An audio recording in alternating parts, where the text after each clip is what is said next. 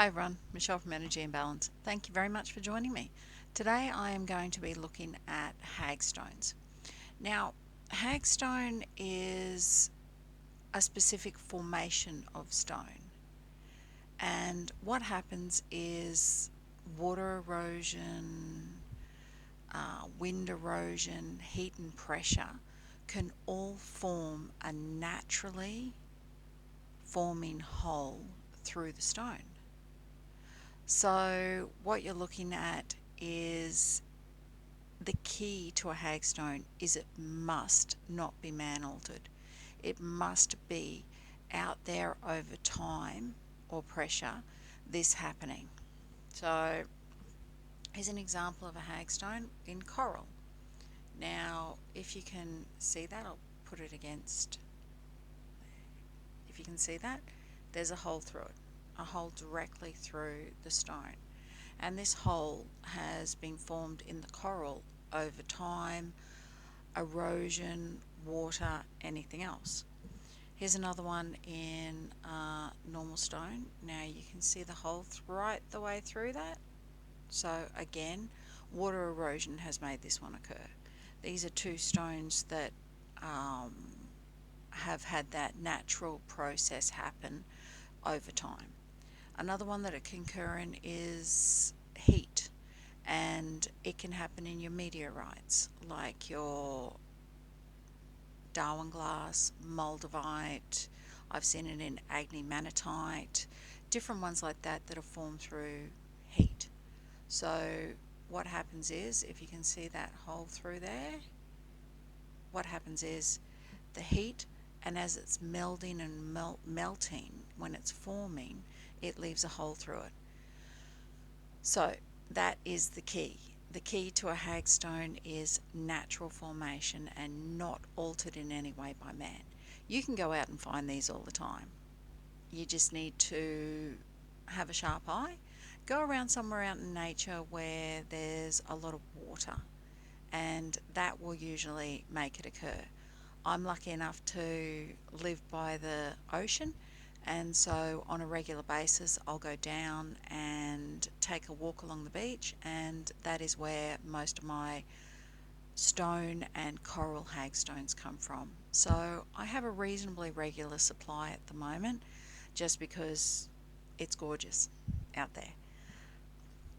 What are hagstones used for? Hagstones mainly are protection. They were first used or called hagstones because of witches and hags putting a hex on you. And it was believed that hagstones could protect you from those unwanted energies. So protection is the major thing that hagstones will come through, and from a lot of different aspects. It's also been known as lots and lots of different names.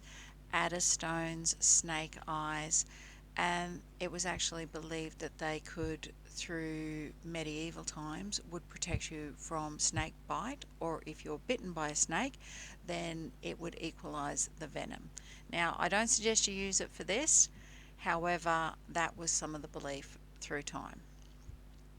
There's also holy stone, hex stone, as I said, eye stone, a lot of the time eye stone, because you can look through it, and they can also look like eyes with the positioning of the stones. Travel talisman, wonderful. All you need to do, and I think this was one of the main reasons that it was used, is because people could easily make jewelry out of them. So you thread a piece of string through your hole, and then you can hang it on things. Anywhere that you need protection. I've seen them hanging in cars, I've seen them hanging around the neck, I've seen them hanging at the front gate, at the front door, anywhere where you're feeling that protection is warranted. One of the things you do have to remember is it brings through the qualities of the stone as well. So if you're looking at coral, you need to combine the coral properties. A normal stone, if it's got quartz in it, you're combining that. The meteorite, of course, lots of meteorites have great protection, so you're doubling up there as you do it. So those are the ways we wear it. Stick it around your neck, on a tree, anywhere you want to.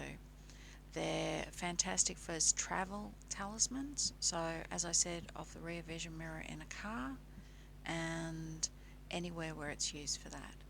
So, that is the main purpose of hagstones. The second purpose that they've been used for over time is a fertility stone. Now, this can be quite obvious that you have a hole for a fertility stone, and you have, of course, I'll just use a key here as an example. Um, you can get a stick and you can actually put it in that hole.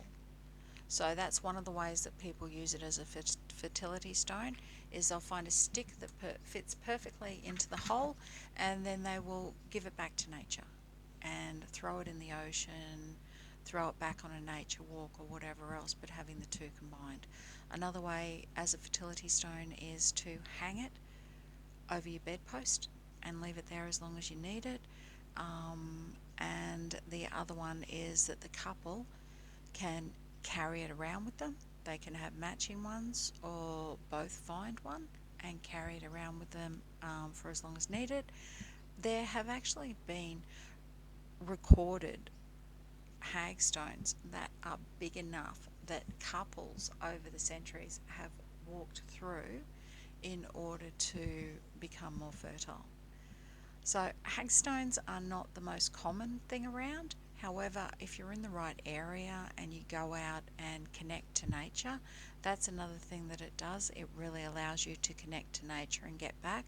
When you're out in nature having a walk around, have a look through one. If you've got one, pick it up and just look through it and do a scan around of the different area. And one of the things it helps you to do is connect at a deeper level and bring through a different perspective for you. So get out there and see if you can find one and treasure it if you do. However, if you can't find one, or if you're not in the right location to be able to do this, please pop on over to Energy and Balance, follow the link below. I usually have quite a few hagstones on the site, and I turn them over reasonably regularly because people do love them. Alright then, that's it for me today, and remember to share the joy, like, and subscribe. Alright, have a fantastic day, and soon I'll be back in this spot. Thanks, bye.